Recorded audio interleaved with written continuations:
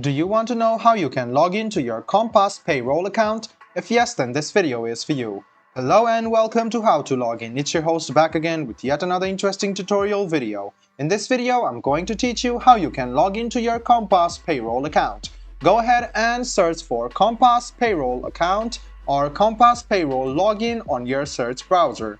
The next step is to click on this second link over here. After you click on the second link, it will take you to the official page of Compass Payroll Services. The next step is to hover around Resources and click on Employee/Employer Login. It will take you to this site, which is the official login portal of Compass Payroll Services. The next step is to write down your NetStaff CS or NetClient CS login ID. Go ahead and write down your ID over here or your email address over here. Then go to the password box and write down your password associated with your Compass Payroll Services.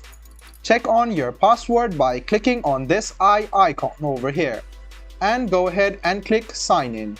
Or you can see Upgrade My NetStaff CS or NetClient CS login. So go ahead and click on this and then you can successfully log into your Compass Payroll Services account. If in case you have forgotten your password and want to recover it, this is the link for you.